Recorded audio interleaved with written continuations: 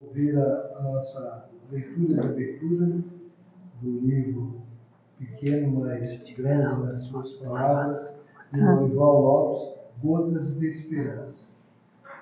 Abria a casa aqui no famoso 171, mas nada a ver. Não deixe a discórdia entrar na sua casa.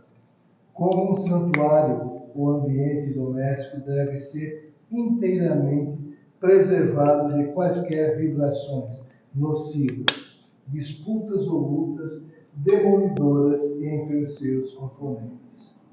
Não permita que o seu lar seja invadido pela desarmonia. Lute pela sua preservação. Faça da prece um instrumento de uso diário, na defesa dele.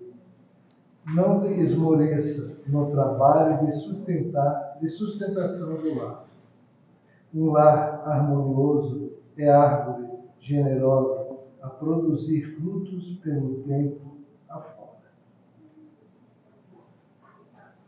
Feito a leitura, convido a todos nós, cada qual a sua maneira, a seu jeito, e levar o pensamento até o nosso Pai Todo-Poderoso, Criador de tudo e de todos, e rezar a Ele assim. Pai nosso, que estás nos céus, santificado seja o vosso nome. Venha a nós o vosso reino. Seja feita a vossa vontade, assim na terra como nos céus. O pão nosso de cada dia nos dai hoje. Perdoai as nossas ofensas, assim como nós perdoamos a quem nos tem ofendido. E não nos deixeis cair em tentações, mas livrai-nos de todos os males. Assim seja, Senhor. Declaramos aberto a noite de hoje e passamos a palavra aos nossos irmãos, que os leitores os acompanhem e os assistam. Que assim seja. Boa noite a todos. Boa noite. Então, estávamos aqui fazendo essa oração, né, esse silêncio, mas além desse silêncio, a música também é uma prece, né, Renatinha? Também, com certeza, a alegria é uma prece. A alegria é uma prece.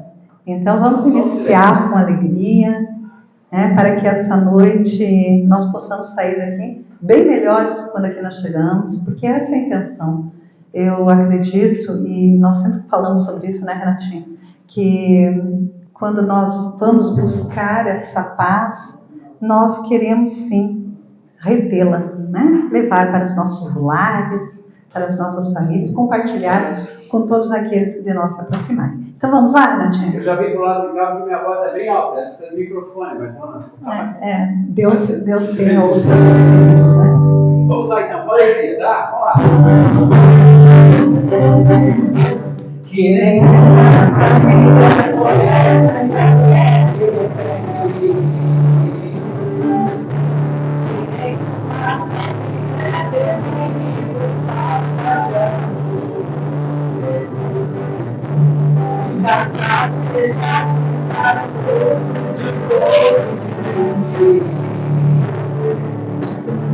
e que nada no mundo separe um casal sonhador.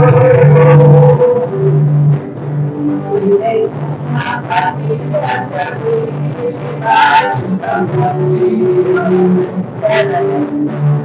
Que ninguém me defina o nome na vida do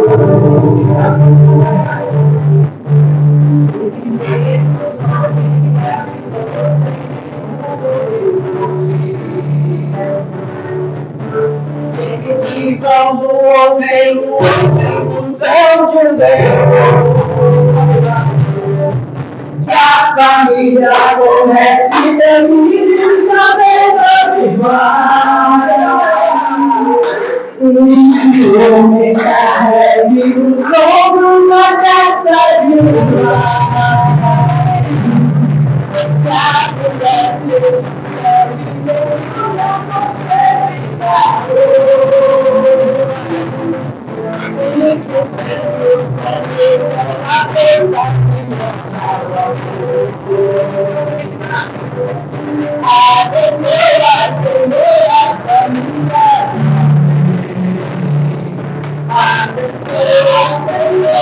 a minha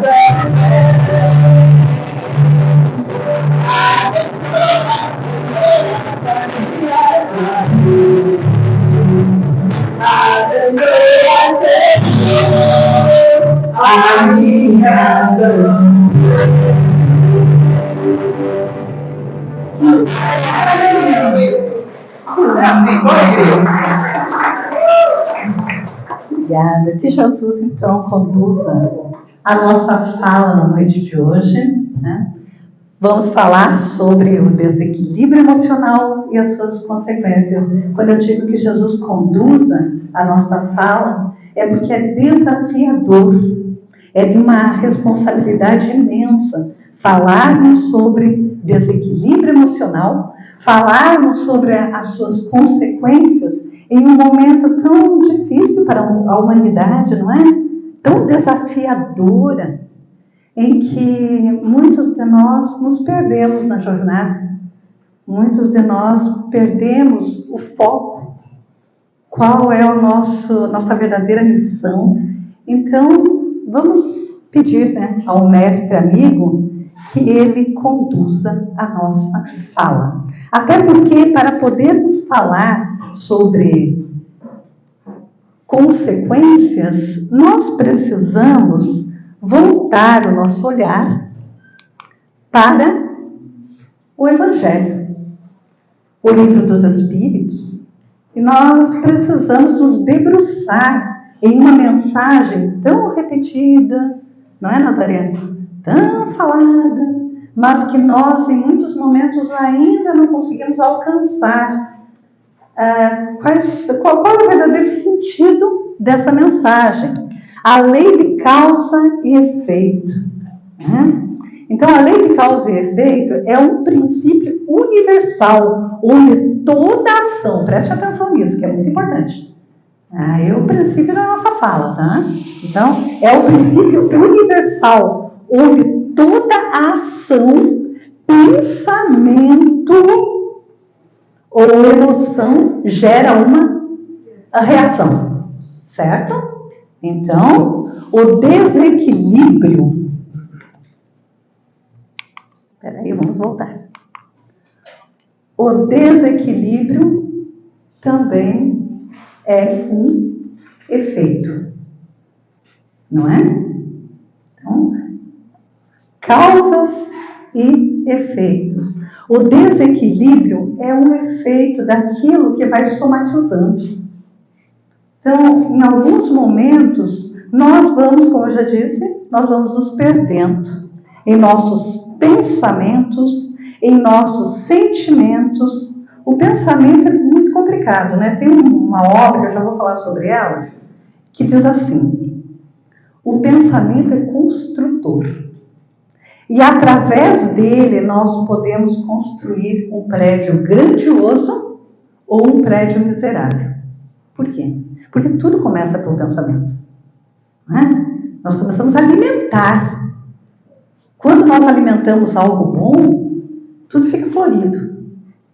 Não é? Mas quando nós começamos a alimentar um pensamento negativo, nós vamos construindo ali algo que vai ser manifestado através da nossa fala, através do nosso comportamento, através da nossa atitude.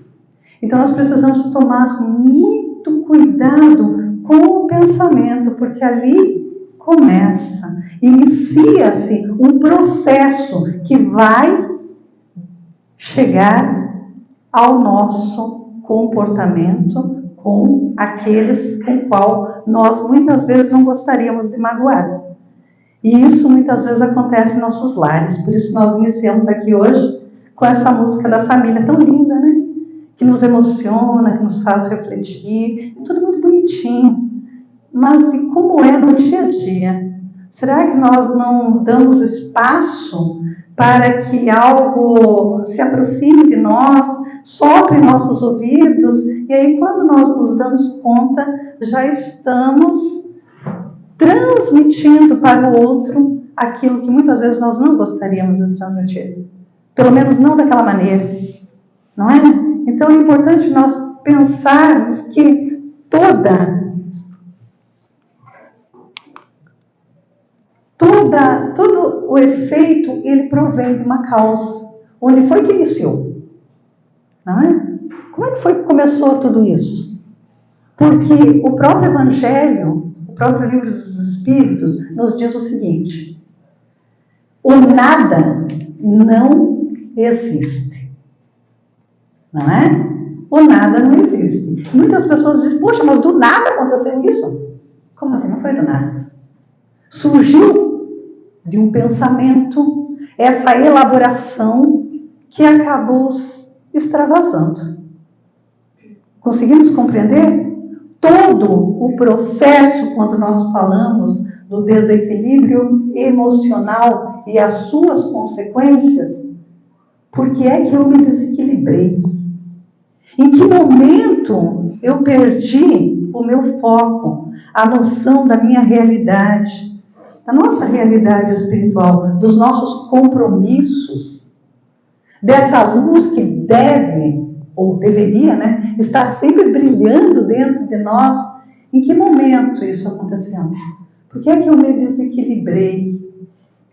Porque, logicamente, se eu me desequilibrar, por menor que seja esse desequilíbrio, ele me trará consequências. Consequências muitas vezes leves, suaves e muitas vezes gravíssimas, que não tem mais volta.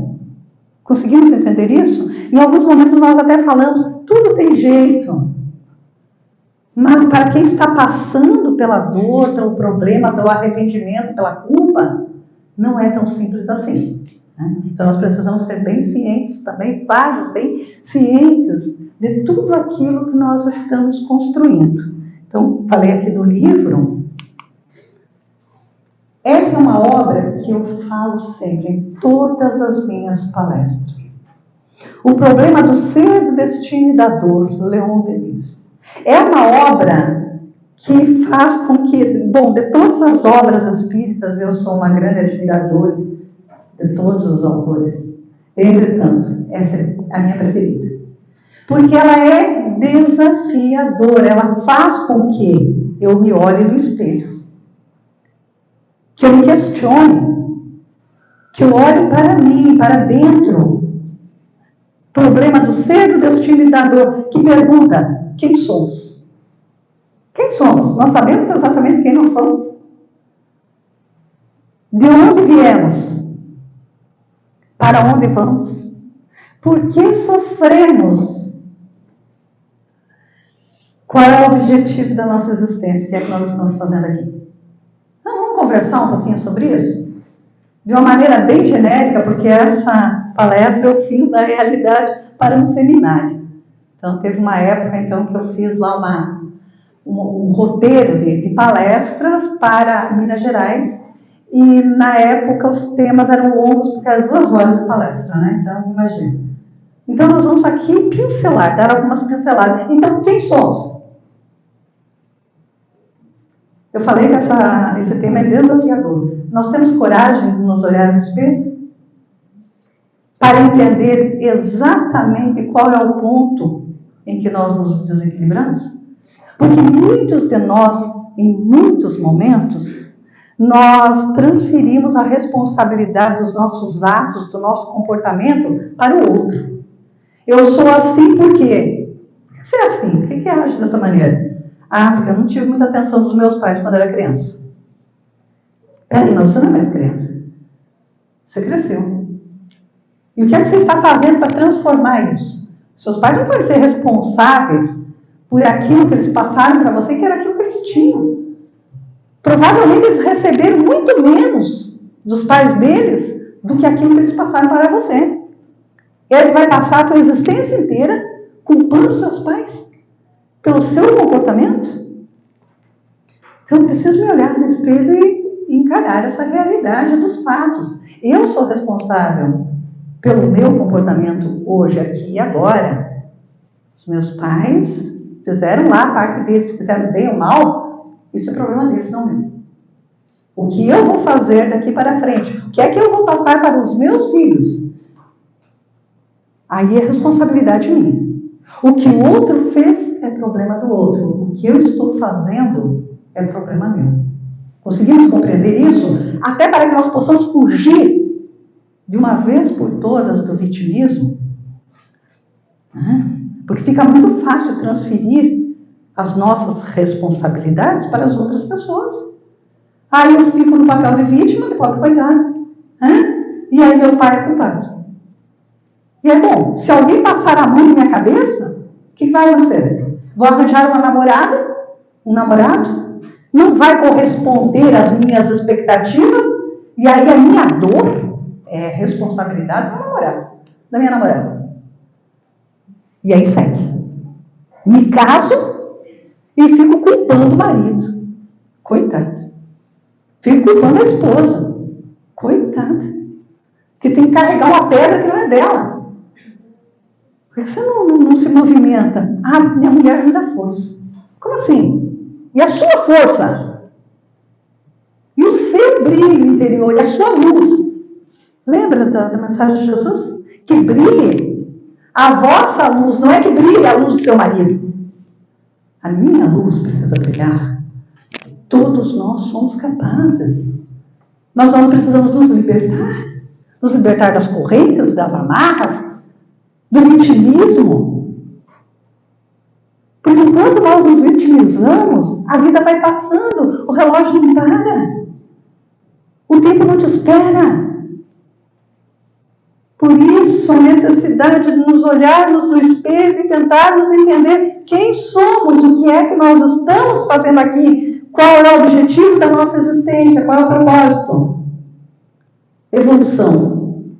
E a minha evolução, por mais que eu ame o meu marido, por mais que eu ame os meus filhos, a minha evolução não depende deles. Essa evolução é responsabilidade minha. É o meu comportamento. É a minha maneira de encarar a vida tal como a vida é. Caso contrário, nós jamais saberemos ouvir um não. Percebemos as frustrações na atualidade?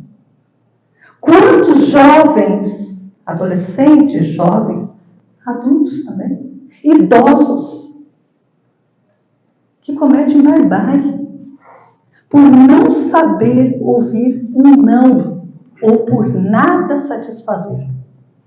Nada satisfaz, nada preenche.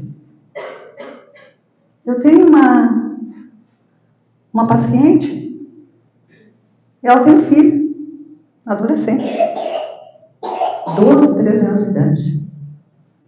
Final de ano, ele fez uma lista dos locais para onde ele queria ir. Ele fez uma lista. Uma criança de 13 anos de idade faz uma lista e coloca no nariz dos pais e diz, é para lá que eu quero ir. Ou seja, ele determina para onde toda a família vai. Perfeito, todo mundo obedece. Agora, alguém tem coragem de me perguntar, e aí, Rose, como é que seu paciente lá voltou de viagem? Pior! Muito pior do que quando ele foi. Sabe por quê? Porque 28 dias na Disney foi pouco. Conseguimos entender isso? Não, eu não consigo entender porque eu nunca fui a Disney. Nunca tive dinheiro para isso. Então eu não consigo entender, não consigo alcançar. Mas eu fico imaginando e tentando me aproximar um pouco da mente de uma criança que os pais dão tudo de material. E esquecem que o vazio existencial daquela criança é muito maior. É na alma, é profundo. Precisa de limites. Precisa de alguém que diga, eu me importo com você. Quando minha filha era adolescente, eu lembro que uma vez ela queria muito ir para um show. Então ela gostava muito lá de uma banda, ela queria muito, até hoje eu gosto, né? Ela queria muito ir para aquele show. E eu disse, não, você não vai? Dessa vez não, porque as condições não estão para isso, você não vai. Tá, mãe, mas eu posso negociar, e se eu tirar uma nota boa lá no vestibular e eu vou. Não, tirar uma nota boa no vestibular é responsabilidade sua. Você não está me fazendo nenhum favor. Porque, imagina, eu conduzi você até esse vestibular. Não está me fazendo nenhum favor, que troca é essa? Eu vou ter desvantagem com isso. E a ideia não é essa. A ideia não é essa. Bom, aí ficou chateada, aí chorou, aí se lamentou. Pode chorar.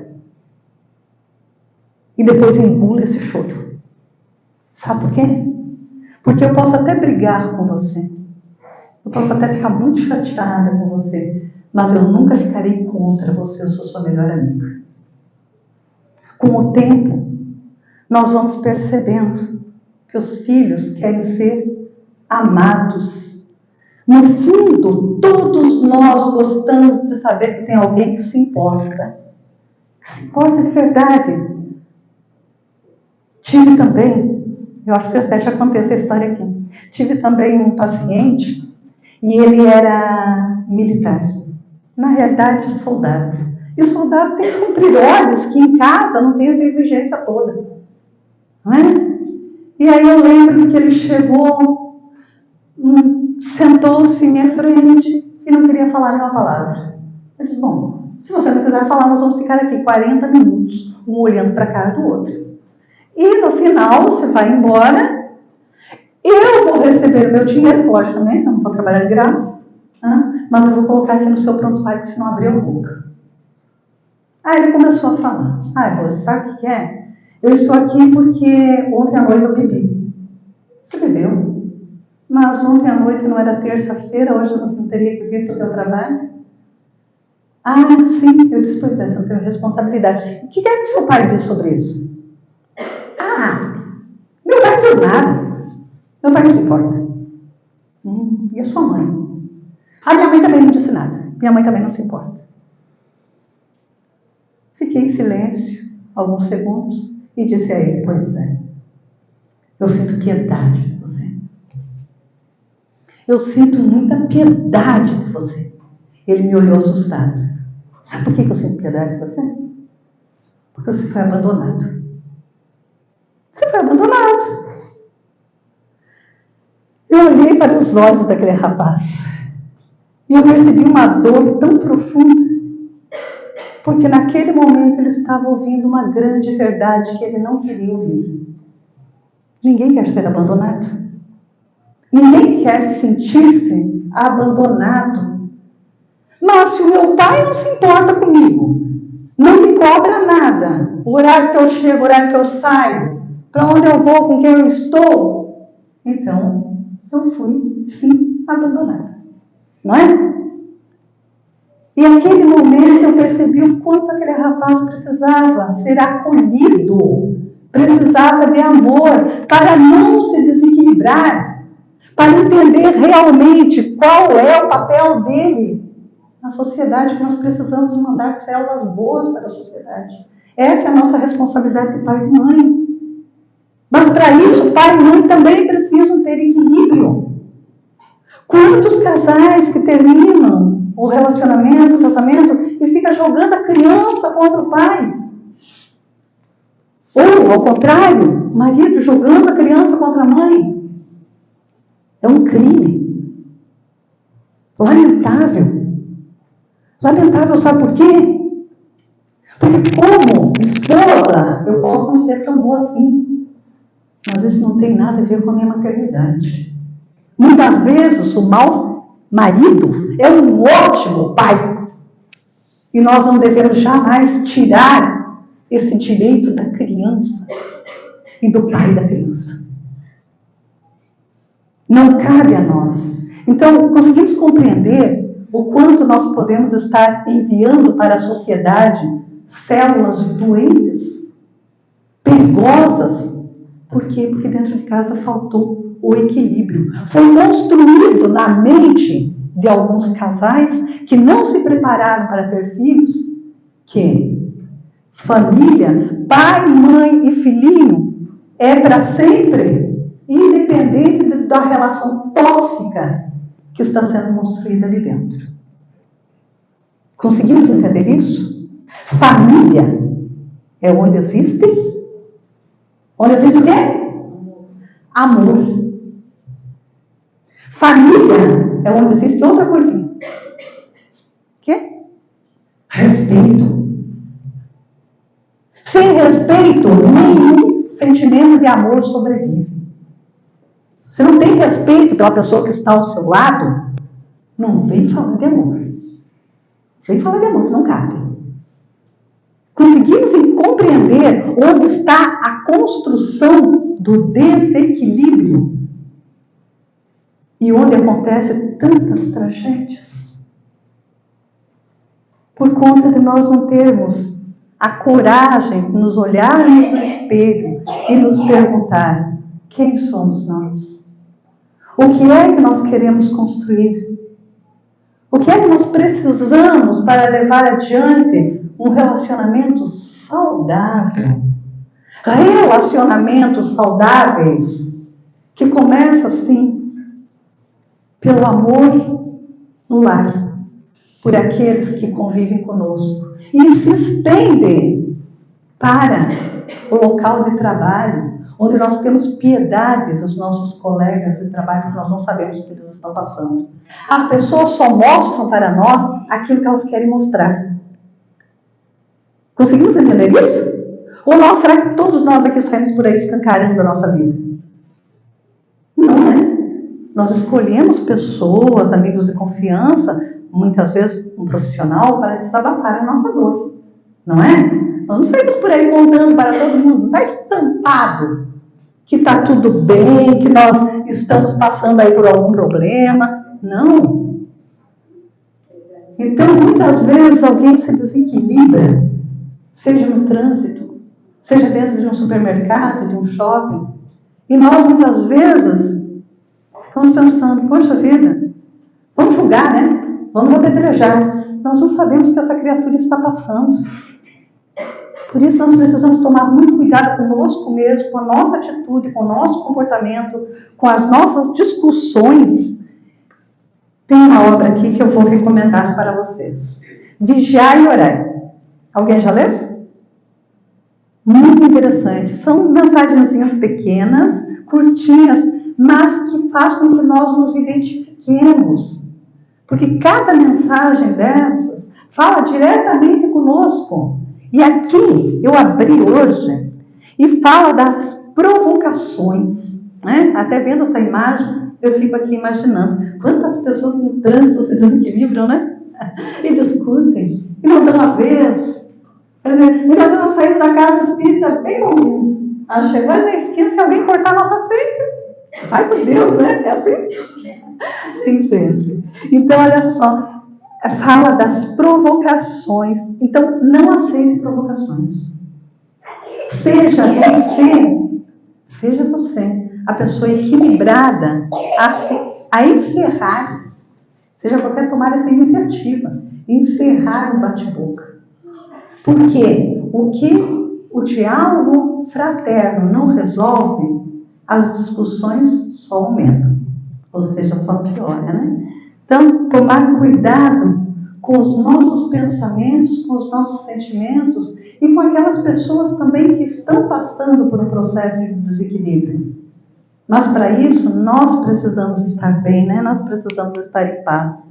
Então, fatores. É interessante nós sabermos, e aí também tem esse outro livrinho, o Homem Integral, como eu já disse, hoje eu vou dar uma pincelada aqui, tá?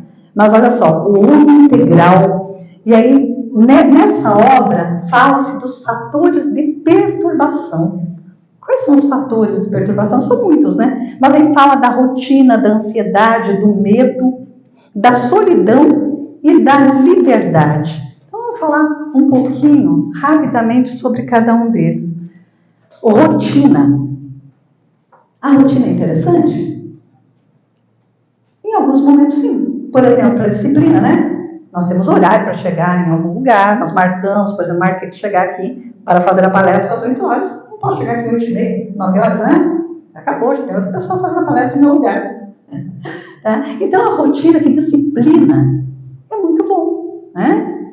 É sinal de responsabilidade. As pessoas podem contar comigo. Se eu marco, eu estarei lá. Agora, qual é a rotina, então, que seria um fator de perturbação? Aquela rotina que se torna a ferrugem da alma. Por exemplo, eu tenho a minha rotina e daí eu quero obrigar todo mundo a seguir a minha rotina. Quantas pessoas que no domingo, né, ou no feriado podem dormir, descansar até um pouquinho mais tarde, mas aí tem aquela pessoa chata, né? Que quer que todo mundo acorde no mesmo horário, que todos façam a refeição no mesmo horário, né? E vamos limpar tudo agora, vamos organizar tudo agora. Se torna cansativo, desnecessário. Então, essa rotina ela é perturbadora, porque você acaba cobrando das outras pessoas algo que muitas vezes elas não estão dispostas a corresponder naquele momento. E isso acaba criando discussões, mal-estar, problemas de relacionamento. Aquela pessoa lá não dá para ir na casa dela, não. Não dá para ir na casa dela, não, porque é interessante, né? Porque às vezes você convive com algumas pessoas que elas são muito organizadinhas, muito disciplinadas, mas é delas, é o jeitinho delas, sem cobrança. Aí tá tudo certo. Tá, Renato? Tá tudo certo. Ansiedade, fator de perturbação. Por que a ansiedade é um fator de perturbação? Porque por mais ansiosos que nós estejamos, o relógio ele vai andar no tempo dele, certo? Então não adianta. Quantas pessoas que afundam o chão do aeroporto e vão de um lado para o outro e esse avião não chega, ou a rodoviária, esse ônibus que não chega, ou um encontro, uma pessoa que marca um encontro romântico, aí ele fica esperando, ela vai chegar no momento certo. As coisas vão acontecer no momento certo, de uma maneira bonita. Conseguimos entender? A ansiedade só faz com que a gente fique sem unha. Aí não é bacana, tá? Principalmente para nós, né, mulherada? Tem que manter a unha bonitinha.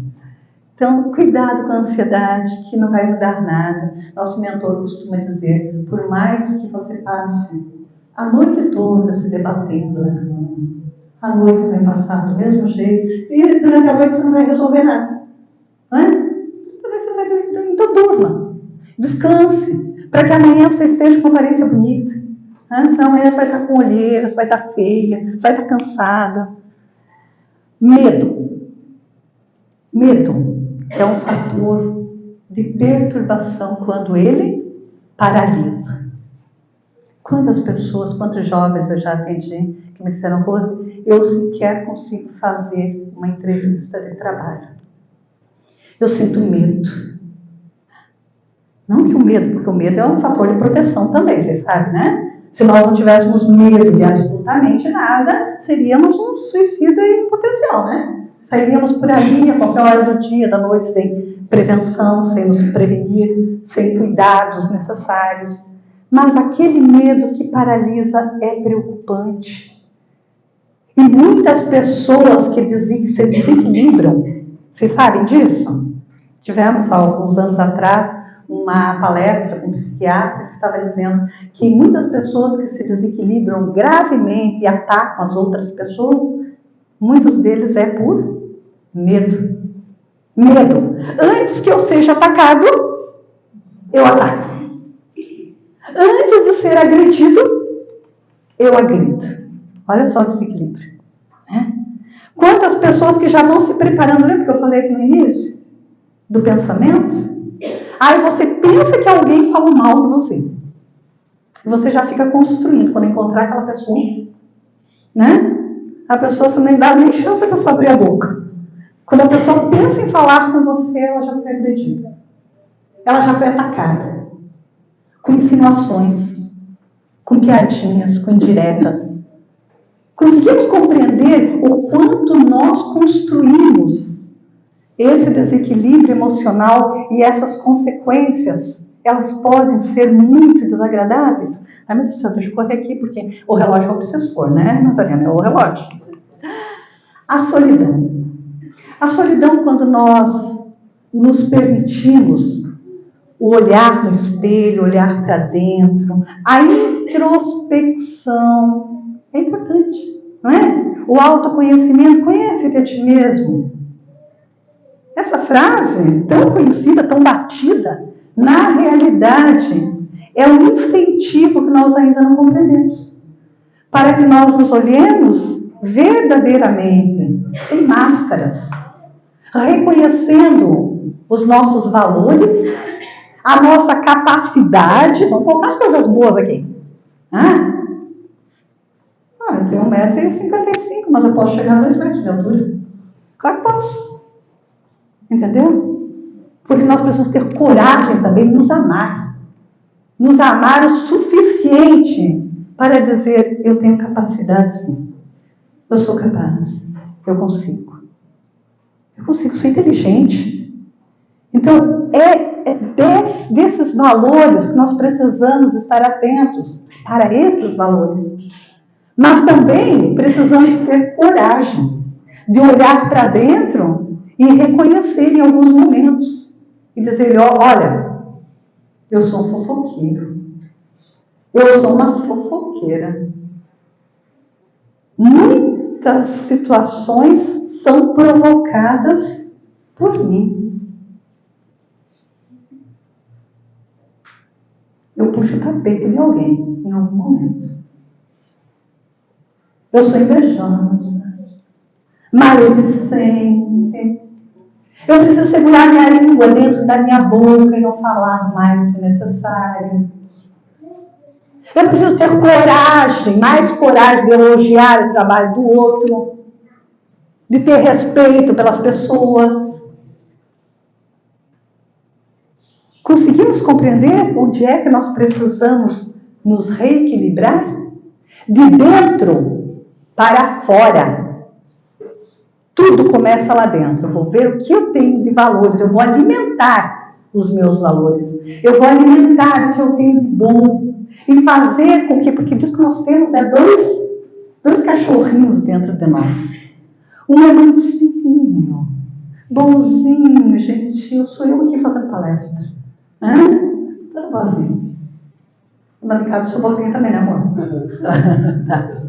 Não precisa responder. Tá. Mas eu sou. Em alguns momentos nós não somos tão bonzinhos assim. Não é? Então nós começamos a reconhecer que tem um cachorrinho mansinho, bonzinho, né? E tem também uma fera dentro de nós. Reconhece o verdadeiro espírita pela sua transformação moral e pelos esforços que emprega para domar as suas más inclinações. Domar. Domar lembra o quê? Lembra uma fera, lembra o domador.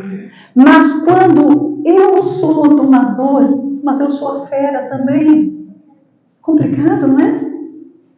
Quando eu começo a pensar e exercitar isso, eu começo a tirar o alimento da fera.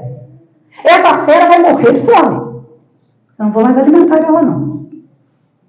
Eu não vou mais alimentar aquelas más tendências, aquele meu jeito de tratar as pessoas de qualquer maneira.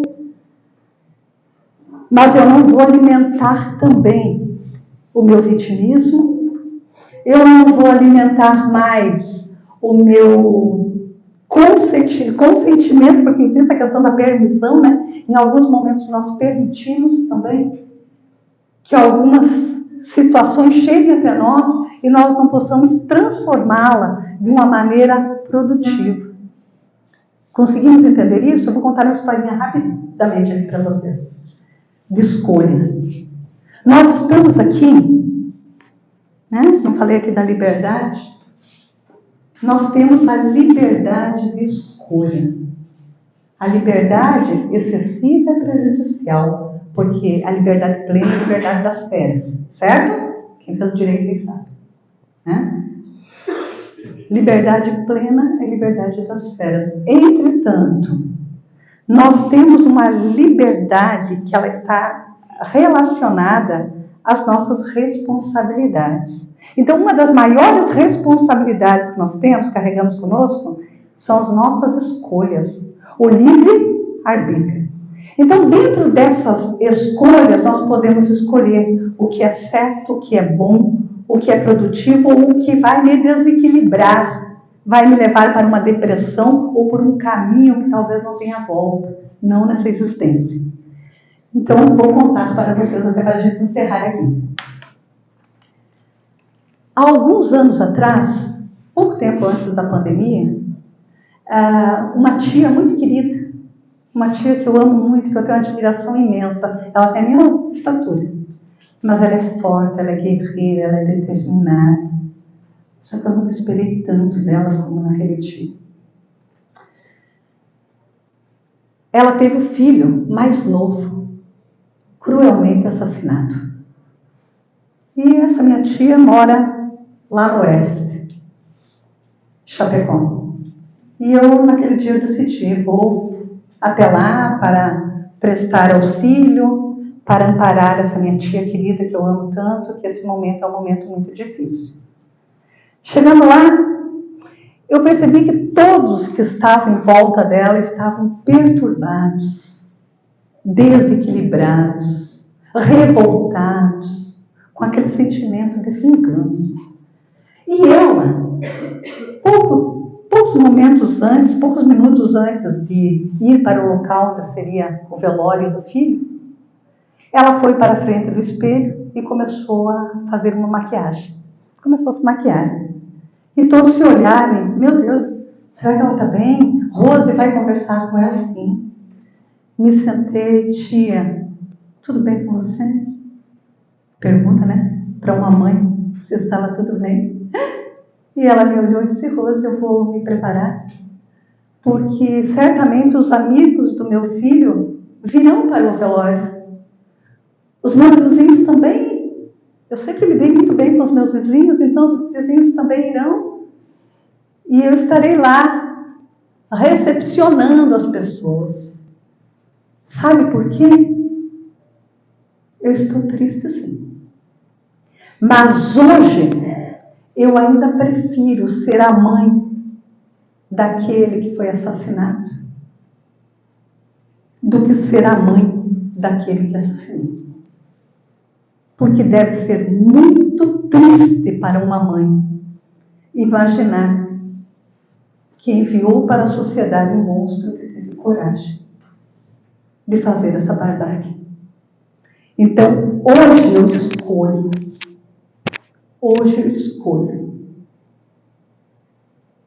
ficar com a doçura da mãe de quem partiu. Eu não queria estar no lugar da mãe do assassino. Conseguimos escolher, entender isso? Que nós temos escolha? Até mesmo nos piores momentos dessa nossa jornada, nós escolhemos o ódio, a vingança, o desespero, o desequilíbrio e arcar com as suas consequências, ou nós escolhemos o amor.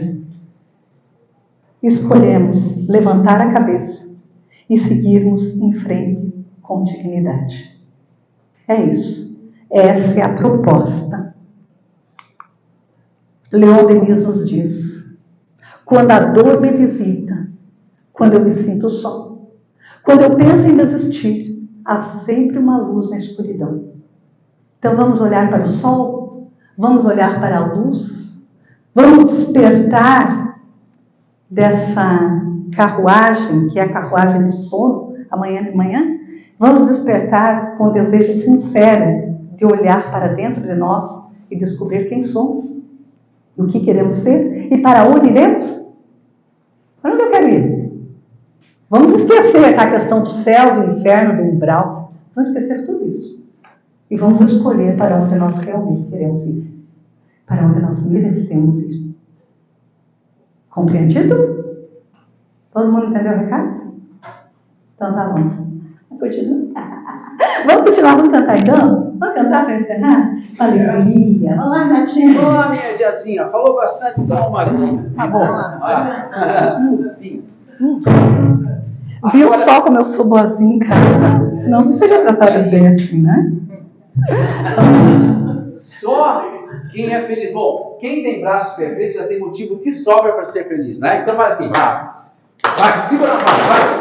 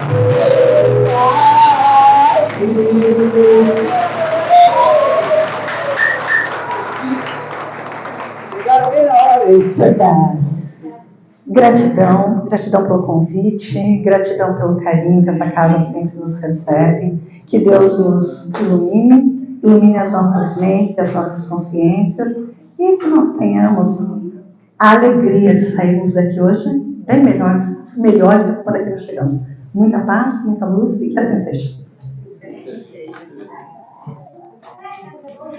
Obrigado ao Zé R.E.